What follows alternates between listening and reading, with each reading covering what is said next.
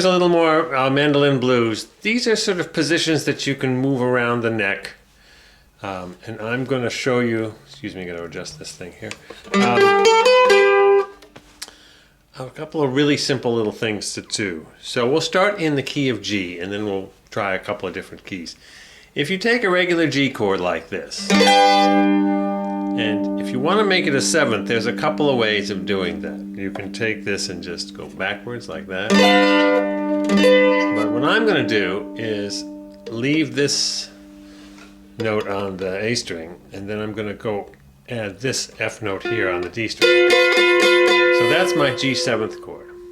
So in the key of G, which is where we are, we need a G chord, is what they call the 1 chord, a C chord, the 4 chord, and and a D chord, the 5 chord. You get those by counting up the scale.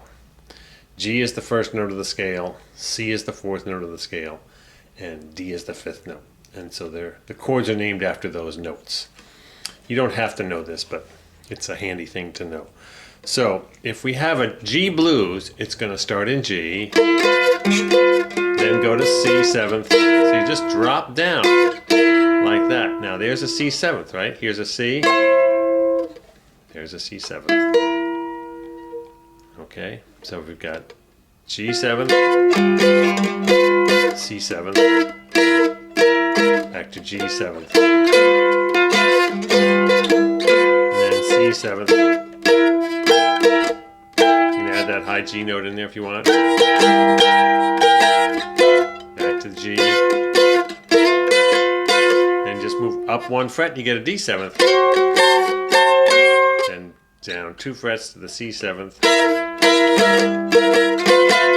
And then this little turnaround which goes like this.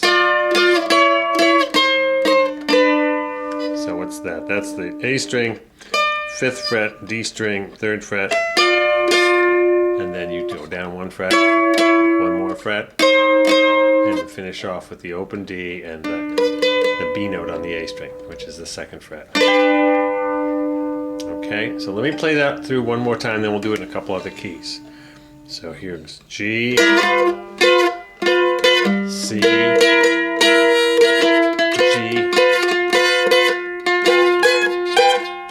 C,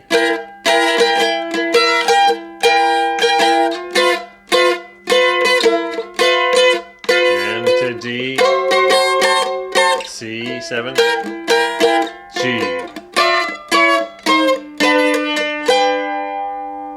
Alright, so that's the key of G. Now, if we want to do the same thing in C, we move over. Here's our C7th with this, what they call an inversion.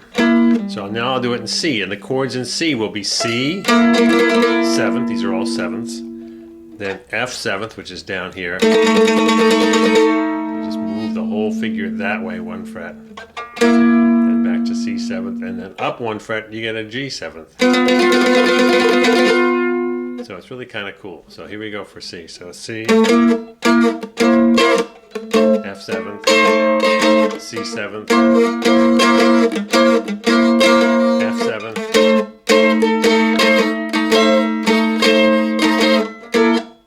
back to C7th, G7th, F7th.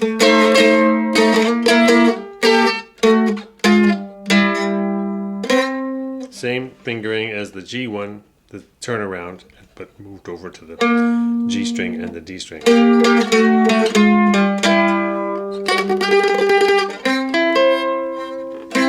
Now if you go here, you want to do a D. We did a D earlier, but this is a different D blues. If you go like this, on the 1st and 2nd string, it's all the same shapes we've been doing. That's it. Here's a D7th chord. Again, if you should know your chords first, or this is going to be sort of confusing. So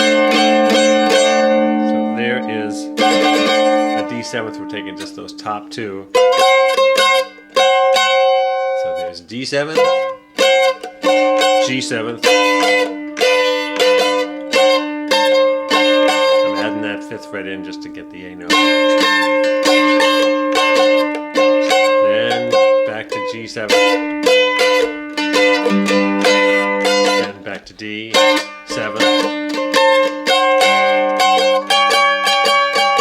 That's an A7th, first and third string, 3rd fret, 4th fret, G7.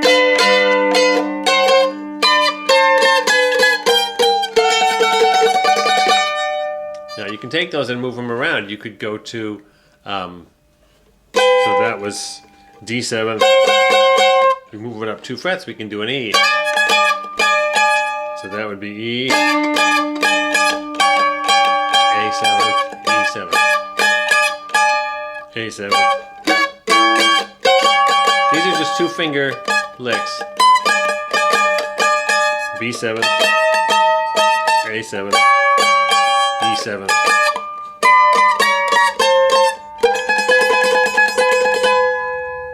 So once you know those, you can move them anywhere. So this C7th, this C7th here, for example,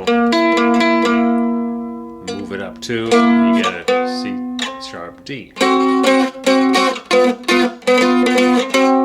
So you follow that pattern, you'll get a blues in any key you choose. The ones I showed you are the ones that work well in open position, but you can move that all the way up. So once again, if you're looking at this shape, this is what they call your 1 chord, your key chord. In this case, it's a G. You move 1 fret this way, lower, it becomes your 4 chord. And back to your 1. And 1 fret this way, it becomes your 5 chord.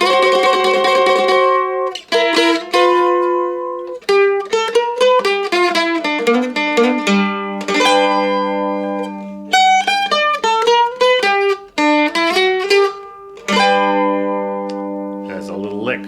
You can try to figure that one out. Go play the blues.